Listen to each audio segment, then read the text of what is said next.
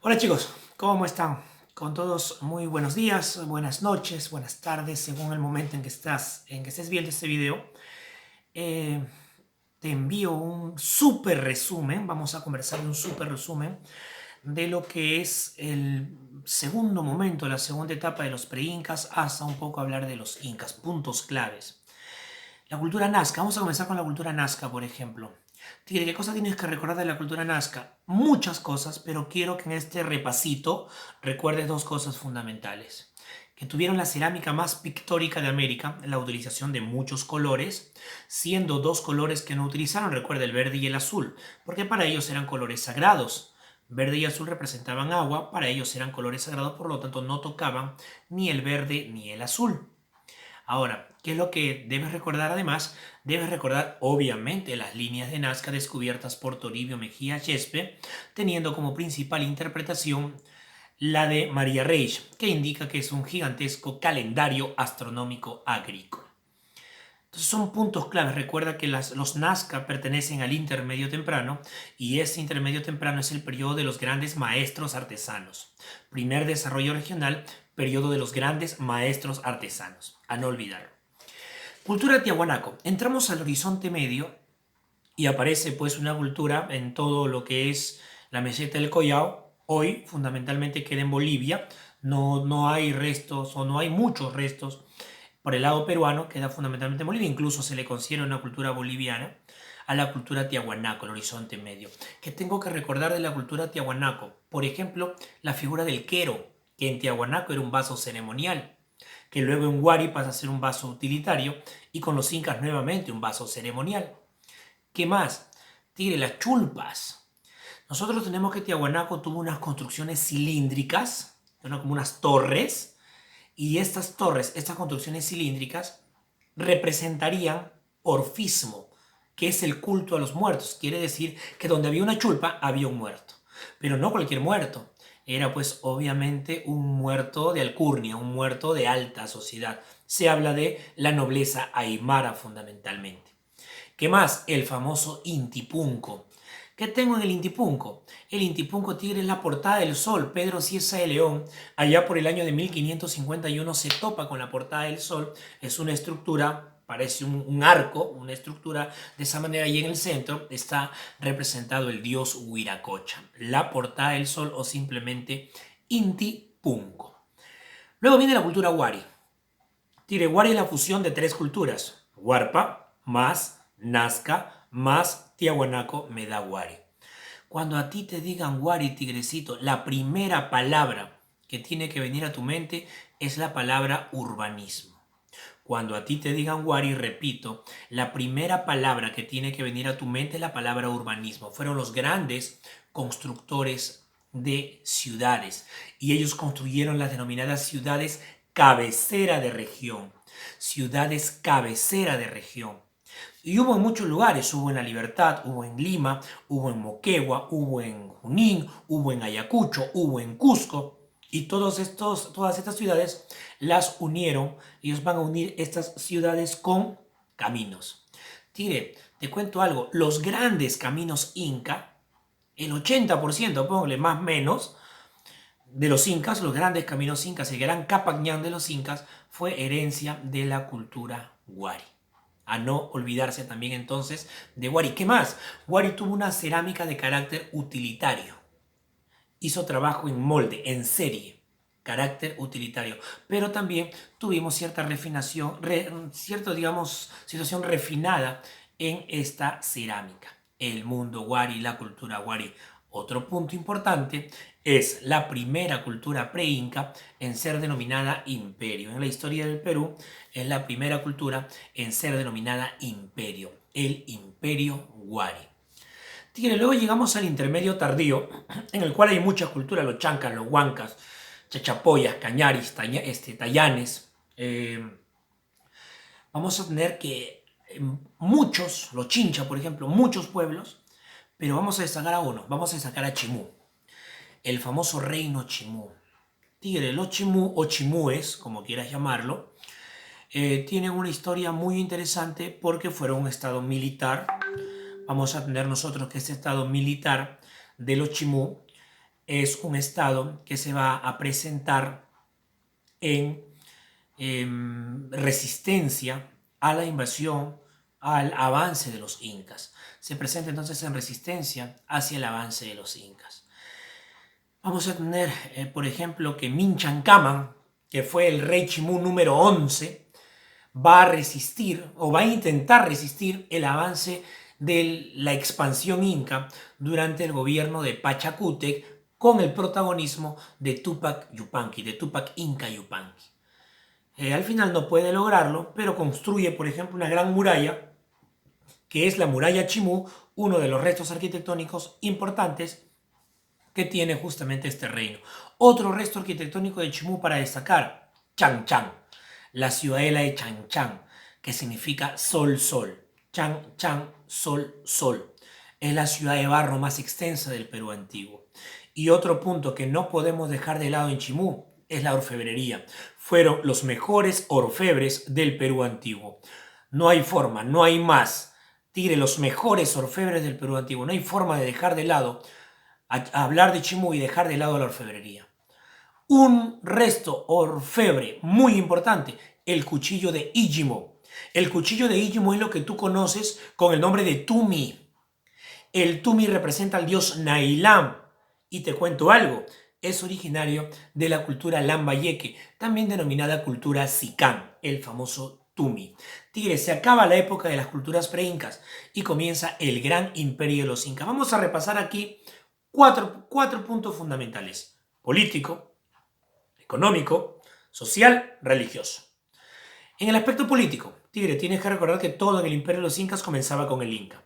Si tú analizas político, el inca, social, el inca, su familia, administrativo, el inca, militar, el inca era el jefe supremo de los ejércitos. Un día un tigre me dice: Tigre, hay algo que no comienza con el inca. Dime, tigrecito. La organización religiosa, me dijo él. ¿Y con qué comienza?, le dije yo. Comienza con Huiracocha, con el Inti, el dios sol. Oh, vale, tienes razón, pero quiero preguntarte algo, le respondí. ¿El Inca es hijo de quién? ¿Ah? El Inca es hijo del sol.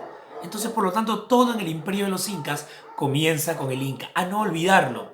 Tigre, el Inca era la máxima autoridad. El Inca tenía un poder total, tenía un poder absoluto. Y el Inca tenía un distintivo de poder. ¿Cuál era ese distintivo de poder? Era una mascaipacha, que era una borla real. Era una especie de corona que la utilizaba el Inca. Y en el Inca, esta corona era de color rojo.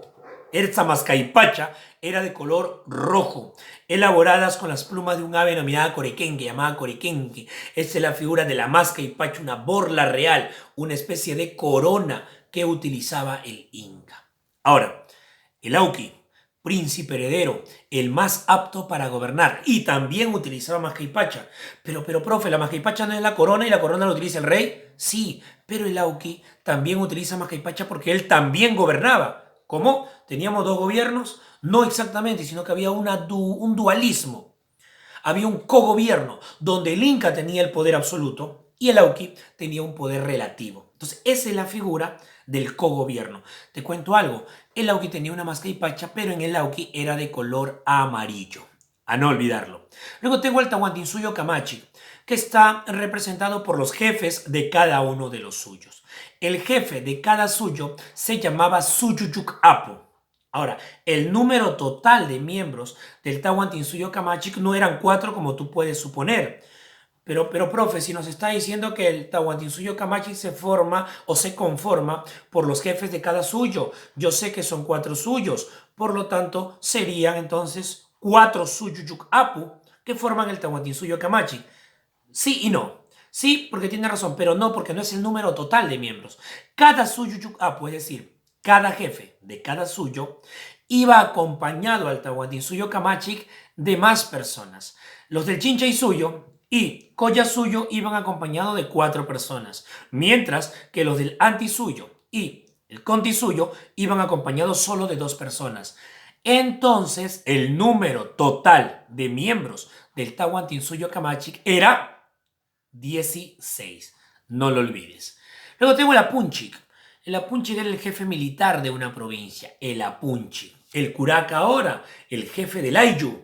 En tiempos de guerra recuerda que se llamaba Sinchi. ¿Qué cosa es Ayllu? Conjunto de familias. Y luego llegó al Purej. El Purej era el jefe de una familia al interior del Ayllu. El Purej, entonces, el jefe de una familia al interior del Ayllu. Tigre, vamos con la organización social. El Inca tenía una panaca real, su familia, que estaba conformada de manera extensiva, vamos a llamarlo así, por la Coya, que era la esposa principal, la Piwi, que era la esposa secundaria, las Zipacoyas, que eran las concubinas. De manera genérica, al hijo casado del Inca se le llamaba, Inga, al hijo soltero se le llamaba Auki, a la hija casada se le llamaba Paya y a la hija soltera se le llamaba Ñusta. Entonces, eso es de manera genérica para que tú puedas entender cuál era la figura de la familia del Inca. Vamos a hablar un poco de economía ahora. ¿Cómo era la economía en el imperio de los Incas? Habían dos principios clásicos importantes: el principio de reciprocidad y el principio de redistribución. Son los dos principios que regían y mantenían pues esta figura en el incanato. Ahora, un detalle adicional. Algunos autores hablan de un tercer principio que no debería llamarse así, pero es un elemento complementario.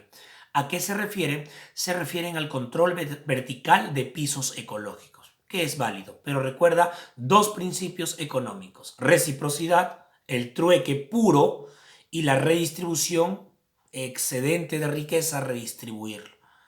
Reciprocidad y redistribución. En el incanato hubieron trabajos. Hubieron tres tipos de trabajo: el Aini, la Minca y la Mita. Ahora, hubo un cuarto tipo de trabajo que fue Chunca. Aini, Minca, Mita y Chunca. Pero Chunca es un trabajo diferente porque es un trabajo de momento. Era un trabajo de defensa civil, era un trabajo de emergencia. Mientras que Aini, Minca y Mita son trabajos permanentes. Son trabajos que tienen pues una permanencia en la sociedad, en la economía, mientras que la Chunca aparece en determinadas circunstancias.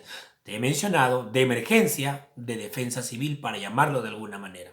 Ahora vamos con los tres que son permanentes, perennes. El Aini. El Aini es el trabajo recíproco. Es la ayuda que se va a presentar entre los Aylus. Ese es el Aini. La Minca. La Minca es el trabajo colectivo. Es un trabajo que realizaba la colectividad en favor de la sociedad. Eso es Minca. Un dato adicional: la Minca terminaba en una gran fiesta. Y luego tengo la Mita. Tiene primero, Mita significa turno. No te olvides, Mita significa turno. Y la Mita era el trabajo por turno que desarrollaban todos los Hatun Runa entre 18 y 50 años. Eso era la Mita, que era en favor del Estado. Y recuerda que el Estado estaba personificado por el Inca. Vamos a cerrar este pequeño repaso con lo que es religión. Dios principal de los incas, el Apu Contiki Huiracocha.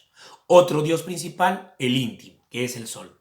Dioses secundarios: Mama Pacha, Mama Quilla, Mama Sara, Mama Cocha, Mama Pacha tierra, Mama Quilla luna, Mama Sara maíz, Mama Cocha mar, agua, Coyur estrellas, Iyapa rayo, trueno, relámpago, Copacati lagos y lagunas, Pachacamac dios costeño de la tierra, Apu dios de las montañas, Pariacaca dios de las lluvias torrenciales.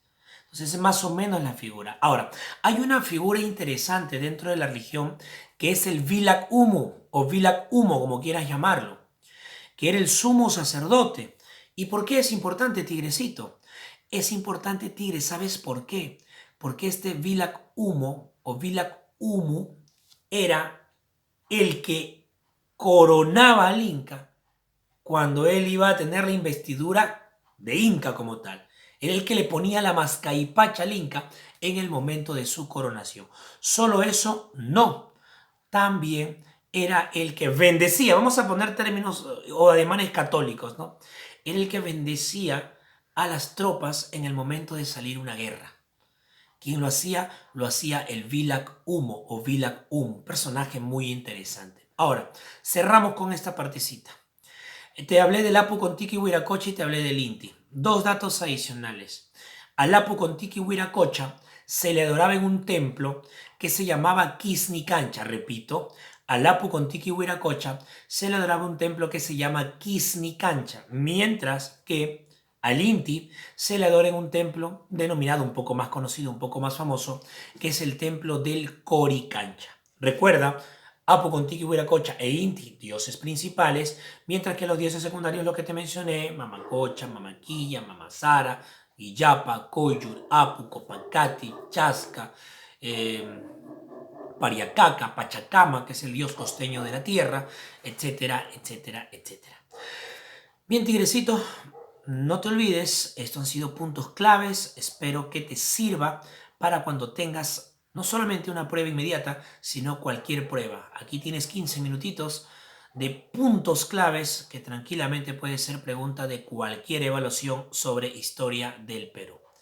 Ha sido tu amigo el profesor Pablo Arias, se me cuidan mucho, a seguir estudiando siempre. Nos vemos, chau chau.